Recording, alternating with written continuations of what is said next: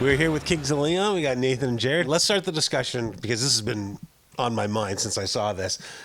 The cover of the record walls, okay? Okay, explain the heads floating in milk, please. Those are actual real dolls that we had made. We had to send them like pictures, like 3D pictures of our faces so they could get them close to identical. Our art director, who did the first 6 albums before this, passed away, and so we just kind of wanted to do a lot of subtle nods to his work in the past. And our first album was 4 of our faces, and it was all white.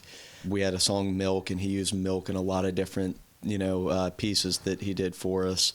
And we saw this Russian artist who did these very realistic doll heads, and we kind of wanted to do that. And so just kind of bringing in some new and mixing in some of the old. Let's talk about the working with the producer. A lot of people know Marcus, of course, from Mumford, Arcade Fire. He's made so many great records. What was your experience working with him? I loved Marcus. He was a great guy. It took us a second to figure him out, for him to figure us out.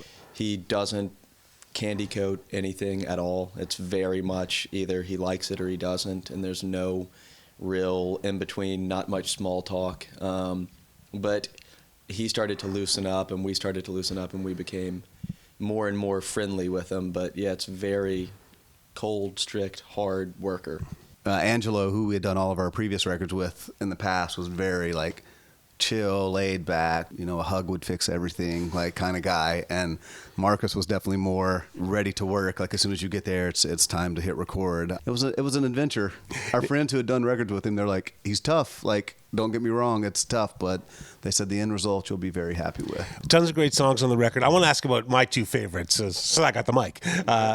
First up, Eyes on You. I think it's a great back porch record. The guitar is right up there. What's any story on that one? It started out as like a weird song for us that we weren't sure where it was going to go, and it sounded like T-Rex, and we called it T-Rex for a long time. Not everybody was on board, and so I just wrote like a very kind of New Order-ish bass line and like very like walky and high up on the neck. But more and more it started to feel like a Thin Lizzy record to us, and it just had that kind of like fun, like you said, just like back porch kind of party. But yeah, it's one of our favorite songs. It's so fun to play live. Now, the other song is my favorite on the record. It's the best song on the record. Should be the next single is Over. I just think that's just a real superior track. No, it's one of our favorite songs. It's definitely my favorite song on the album as well.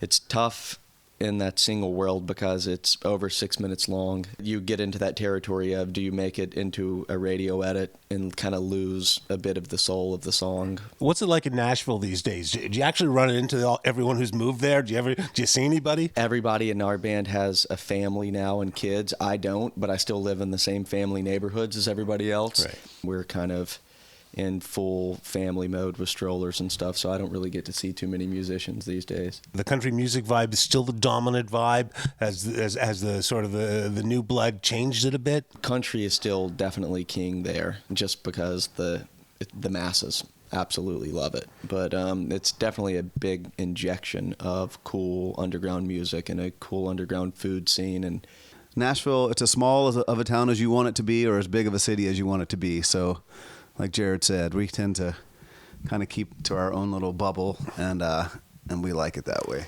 Thank you for coming. Thank you for spending some time with us today, and have a great show. Thank you so much. You bet. Kings of Leon.